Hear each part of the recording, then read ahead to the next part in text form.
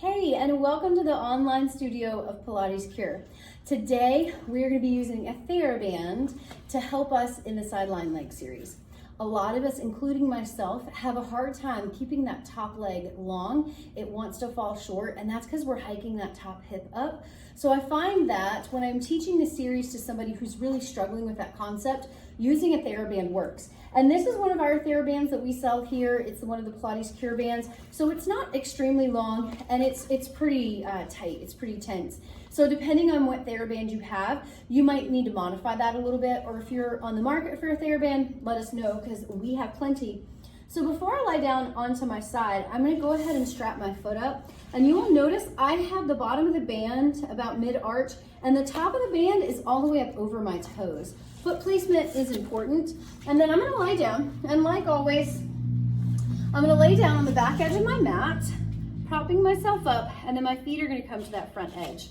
So I have the band in my hands, and I'm slowly just working it down. I didn't do a good job putting it even.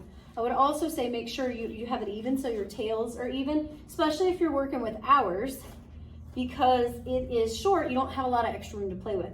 All right, so once I get my leg in, I actually wanna think of my thumb coming around the bottom and then holding there, and I'm gonna plant that elbow into my hip bone. My bottom leg is slightly in front, so I'm lined up with the back edge of my mat. Make sure I'm there, there we go. But my bottom foot is lined up with the front edge. So I'm in that offset angle. And then I'm gonna keep my elbow to my hip as I lower down, and I'm thinking push into that band, and I'm gonna lift up, and as I lift up, I'm not gonna allow my bottom waist to drop into the mat, and then I'm gonna push into the band, push into the band, push into the band, and then I come right back up, not allowing my bottom waist to drop down. Does that make sense? That would be my bottom leg dropping down. That's me staying active. And then I push into the band, push into the band, pushed into the band, pushed into the band, and then lift the top leg. Think of pushing the band to the sky, pushing the band to the sky, and that helps keep that bottom side active. And then I lower back down. And then I lift all the way back up. We're gonna do that one more time. And then all the way back up.